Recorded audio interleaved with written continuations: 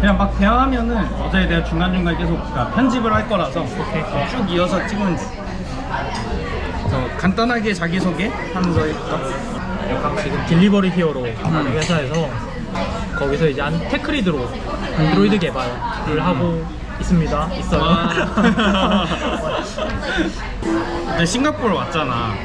근데 왜 해외 취업을 생각하게 됐어? 해외 가고 싶다는 생각은 옛날부터 계속 있었고 해외에서 살고 싶다는 욕망이 해외에서 일하고 싶다로 어떻게 발전했는지를 얘기해야 되는 것 같아요. 나는. 그게 언제 엄청 크게 와닿았냐면 한국에 있을 때 NHN에서 일을 했었는데 그때 다행스럽게도 중국, 대만, 일본 친구들이랑 같이 협업을 할 기회가 생겼어요. NHN한테. 근데 일을 하면서 보니까 그 친구들이랑 얘기를 하는 게 일단 너무 재밌는 거예요. 나랑 다른 사람들이랑 얘기하는 게. 일본을 예로 들면 엄청 막 서구화 되어 있진 않잖아. IT적으로 막 그 수직 그런 서열 같은 게 오히려 더 강한 국가고 한국보다. 그런데도 좋았던 이유는 나랑 다르니까가 너무 좋았어. 다르니까 좋았고, 두 번째는 그렇게 해서 회사 일을 하면서 보니까 내 주위에 시니어들, 팀장님, 이사님 전부 다 그 라인이 똑같은 거야. 비슷한 삶을 다 거쳐온 거야. 그냥 회사원처럼 살고 결혼하고 차 사고 맨날 하는 얘기는 부동산 얘기고 밥 먹으면 삼겹살 아니면 치킨이고, 그러니까 모든 삶이 그냥 어디서나 봤던 삶하고 비슷해서 아, 진짜 다른 삶을 보고 싶다. 뭔가 다양한 삶을, 진짜 이게 세계에 다일까? 라는 것 때문에 살고 싶다 해서 일을 하고 싶다로 발전한 것 같아요. 그게 큰 이유고, 이제 다른 이유는 나는 가족이랑 같이, 와이프랑 같이 여기 싱가포르 왔다 보니까 나의 욕심뿐만 아니라 와이프로서도, 와이프 커리어에서도 도움될 만한 곳이어야 되나? 이제 한국이든 어디든. 그런 점에서 싱가포르이 조금 더 와이프한테도 좋고, 설령 아이가 있더라도 좀 더 키우기가 편한 환경이 아닐까 해서 해외 취업 및 이민 비슷하게를 생각했던 것 같아요. 그럼 이제 원래 그 다음 질문이 해외에서 일해야지? 그런데 그 중에 왜 싱가포르냐 이제 이건데 잠깐 대답이 나온 것 같은데, 그럼 뭔가 아내의 커리어와 혹시 애가 생긴다면 거기에 베스트 플레이스가 싱가포르이다 이렇게 본 건가? 영어에 대한 자신감이 적었던 것도 큰 이유인 것 같아요. 내가 과연 바로 미국을 가서 평가절하 안 당하면서 일을 할 수 있을까? 왜냐하면 어차피 세컨 랭귀지를 쓰는 사람으로서 네이티브가 아닌 이상 그들과 싸워서 경쟁력 있기가 쉽지 않거든. 실력이 똑같으면 언어가 딸리기 때문에 안 좋을 거란 말이야.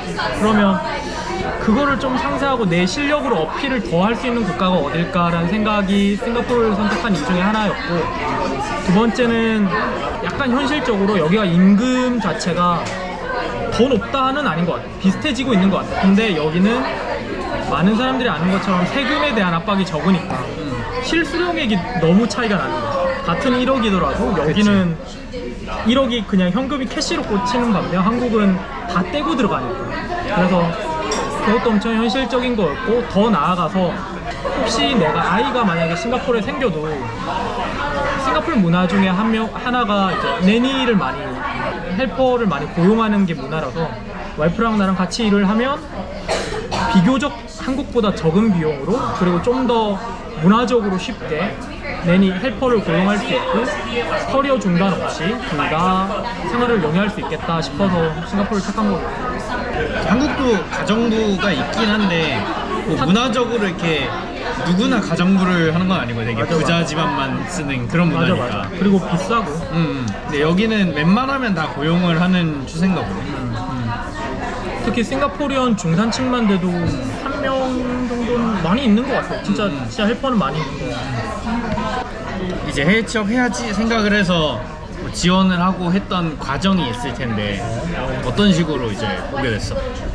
나는 조금 특이한 케이스인데 NHN을 다니면서 취업 준비를 한 게 아니고 와이프가 먼저 오퍼를 받았어. 싱가포르로 오퍼를 받고 나는 퇴사를 먼저 했어. NHN을 퇴사를 먼저 하고 와이프랑 같이 입국을 해서 싱가포르 입국을 해서 그때부터 이제 잡스팅을 시작을 했는데 다행히도 한 달 반 안에 오퍼를 꽤 받았던 것 같아. 근데 이제 그때가 하필이면 코로나 터질 때라서 코로나 터지면서 싱가포르 정부가 마비가 돼서 비자가 나와야 되는데 홀드가 된 거야. 오퍼까지 다 나오고 비자 아무 문제 없는데 그 도장만 찍으면 난 일할 수 있는데 그래서 1월에 여기 입국을 했거든. 1월 초에 입국을 해서 2월 초에 오퍼를 받았는데 오퍼를 받고 이제 정부에 비자 신청을 했거든, 회사에서. 근데 거기서 이제 응답도 없고 그냥 마비가 된 거야, 공무원 사회가. 2월에 이제 한참 코비드가 터져가지고 최종적으로 5월 초에 비자가 났고 그때부터 일을 했어. 그럼 한 3, 4개월 걸린 거네. 비자 3-4개월 나오는 게. 동안은 정말 할 거 없이, 왜냐면 싱가포르 코로나 때문에 예를 들어 테마파크도 다 문을 닫고 그치. 그래서 나는 여기서 뭘 하나, 뭐 다른 데를 구할 수도 없는 게 거기도 이제 비자 문제는 딴 데도 똑같았고 이미 나는 오퍼를 받아서 사인한 입장으로서 그치. 다른 데 해야 되나라는 생각도 들었지만 그냥 그때를 즐기긴 했어. 그냥 그때 좀 쉬면서 공부도 그때 좀 많이 한 것 같고. 그럼 그 한 달 반 동안 이제 오퍼를 많이 받았던 그 내부 이야기도 궁금한데, 지원을 해야 되는데 그 회사들을 어떻게 알게 된 건지. 한국이었으면 뻔한 회사잖아. 뭐 삼성 아니면 네이버, 카카오 다 이게 알고 지원하는데, 싱가포르에 어떤 회사에 지원해야지 그래, 면접을 오퍼를 넣지. 이 모든 과정이 또 해외에선 미지의 세계니까 어떻게 했는지.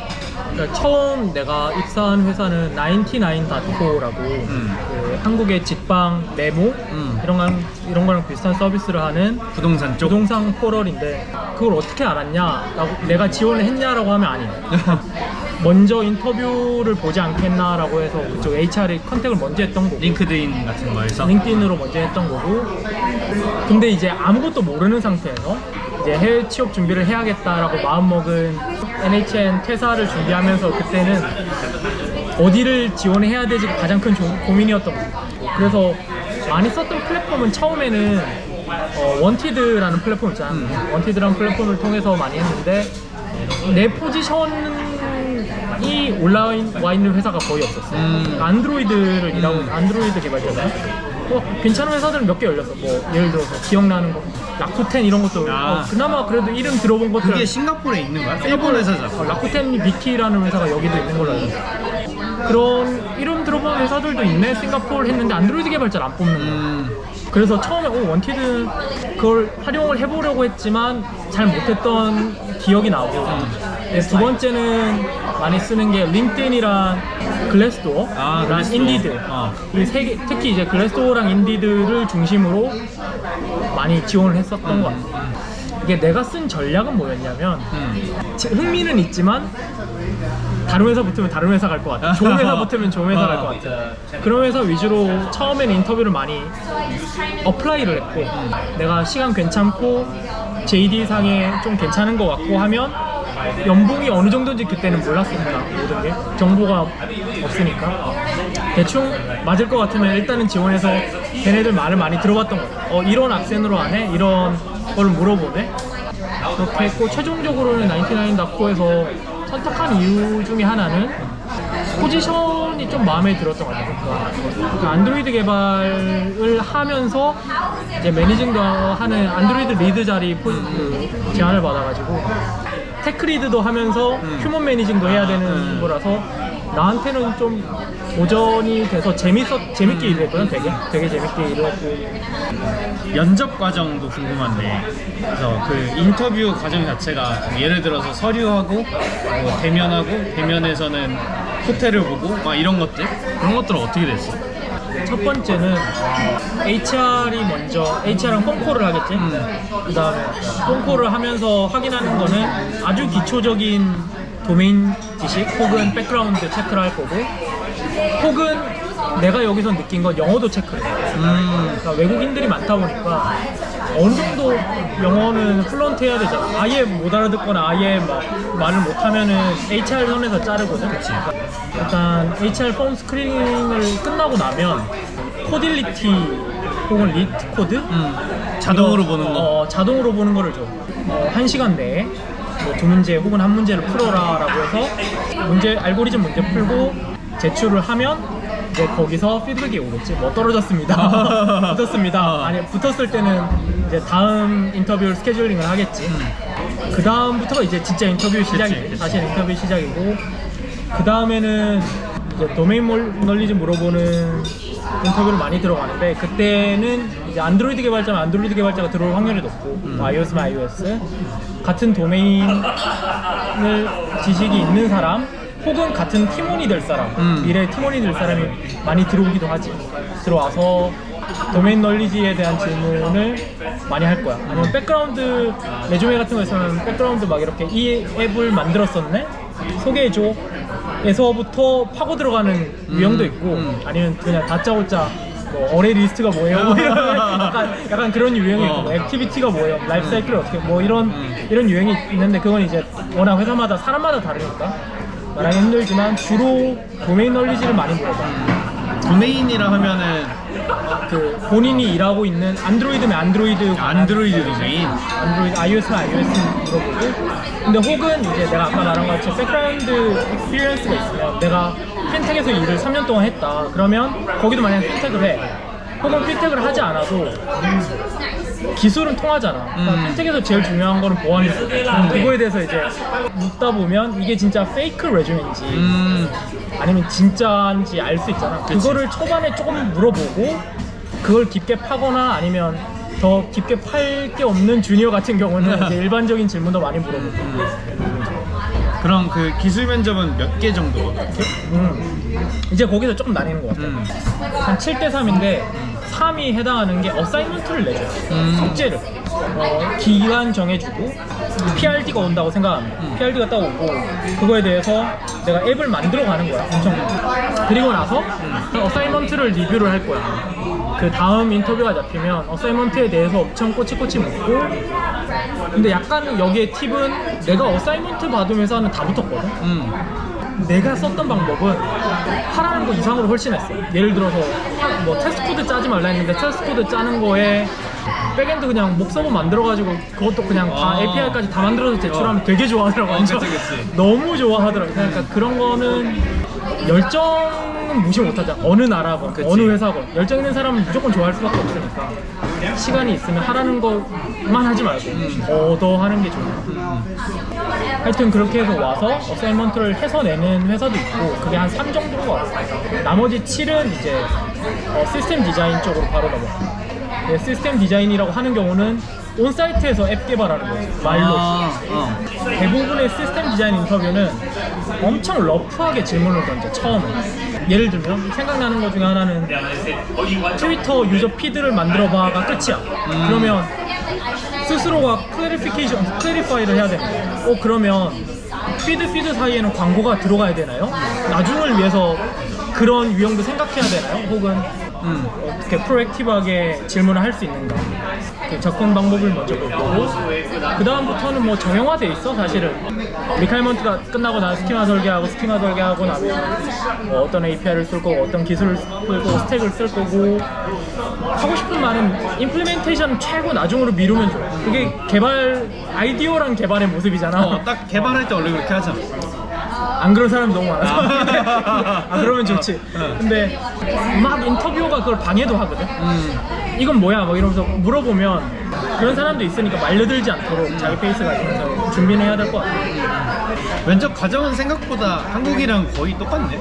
별반 다르지 않아. 그 다음에 이제 뭐 인성 뭐 마지막에 그런 거 보고 뭐 CTO나 뭐 VP 오브 엔지니어링. 맞아. 아까 이제 영어 얘기도 잠깐 나왔었는데 그러면 영어를 어느 정도 해야 되는가? 회사 생활만이 목적이라면 그렇게 난 턱이 높진 않다고 생각해. 개발자 대상으로. 왜냐면 개발자는 쓰는 단어가 뻔하거든. 예를 들어서 데드락을 한글로 교착 상태라고 하나? 뭐 그러잖아. 그치. 근데 만약에 내가 데드락이라는 단어를 몰라. 교착 상태만 알아. 이건 진짜 문제가 있어. 근데 최소한 데드락이 뭔지 안다. 배열이라는 단어 대신에 어레이를 알아. 알면 돼. 나는 그 정도 플러스 그걸 이제 문장화 시킬 수 있으면 우선은 통과, 첫 번째는 통과했다든가 뭔가 구현을 입으로 입코딩이라고 하죠. 입코딩을 할 수 있으면 되고 떠듬이라도. 왜냐면 다 들어줄 거야 사람들. 그 다음에 두 번째가 제일 중요해. 사실 리스닝이 제일 중요해. 일은 한국에서도 내가 개발자로 살면서 일 관련해서 말을 할 기회는 많지는 않았다. 쓰면 썼지. 대신에 듣는 시간은 훨씬 많았어. 훨씬 길었어. 듣는 게 나는 훨씬 중요하다 생각하고, 영어에서는 듣는 게 왜 또 중요하냐면, 이거는 내가 실제 경험담인데, 내가 셔피 가서 그 인터뷰를 겨우 붙었거든. 왜 겨우 붙었냐면 첫 번째 질문을 5분 동안 못 알아먹었어. 그 친구가 너는 왜 이것도 못 알아듣냐라고 막 이상하게 쳐다보면서 뭐라 했냐면, 그 친구 내가 악센을 따라할 수 없지만 굳이 따라하자면 Could you tell me 뭐 about thread 이러는 거. thread 못 알아들으니까 나중에 5분 동안 3분 동안 너 이거 모를 리가 없을 건데 자꾸 설명하다가 칠판에 적어두더라고. 스펠링을 thread였어. 나도 트레티스 트레시 뭐야? 이 생각하고 있었는데. 그래서 이게 왜냐면 많은 한국인들이 미국식은 조금 듣다 살았잖아. 듣고 살았는데 싱가포르는 또 싱글리시라거든. 지금도 잘 못 알아. 그러면 맨날 막 쿠드 세대로 해가지고 또 한 번 들어봐야 되고 또 한 번 들어봐야 이해하고 그러거든. 듣는 게 중요한데 그걸 어떻게 준비해야 될지는 난 모르겠어. 왜냐면 한국 여기 오기 전까지는 이런 게 존재하는지 몰랐으니까. 그치. 근데 내가 만약 과거로 돌아간다면 요새 유튜브 이런 데 보면 싱가포리언 되게 많더라고. 내가 이걸 예전에 들어봤더라면 마음의 준비라도 하고 올 건데. 그런 일단 악센에 대한 거는 조금은 그냥 아는데 못 알아듣는 걸 수도 있다라는 전제, 그런 경우가 되게 많아서 어려운 단어 안 써. 말할 때 거의 다 아는 단어야. 근데 못 알아듣는 거야. 그래서 리스닝을 좀 빡세게 했으면 좋겠어. 만약에 누군가 온다면 스피킹도 중요하지만 리스닝은 훨씬 중요해.